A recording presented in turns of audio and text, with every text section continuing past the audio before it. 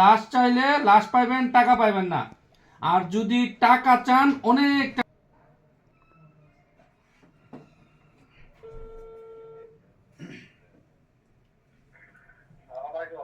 ওয়ালাইকুম সালাম। আপনি কি রাজার আব্বা কথা বলতেছেন? আচ্ছা আচ্ছা আচ্ছা। এখন আপনার ছেলে তো দুবাইয়ে গতকালকে মারা গেল, আপনি জানেন, অলরেডি খবর পাইছেন, আমরা বলছি, ঠিক আছে না? এখন কথা হইছে আপনাকে দুইটা কথা জিজ্ঞেস করার। আপনার ছেলে যদি চান, তার মানে আপনার ছেলের যদি দেহ চান, তাহলে টাকা পাইবেন না।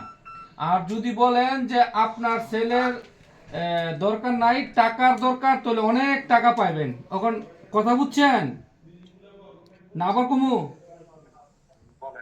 আপনার ছেলের দেহ যদি চান, মানে আপনার ছেলের দেহ দাফন করে দিব। এখন আপনার কোনটা দরকার?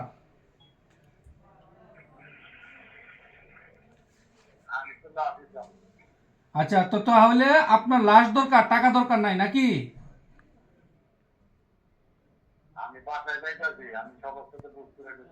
আচ্ছা আচ্ছা, আপনি সবার সাথে বুঝা তারপরে আমাদের জানান। আমি আবার আপনার কতক্ষণ পরে কল দিতাম, আধা ঘন্টা পরে না 1 ঘন্টা পরে?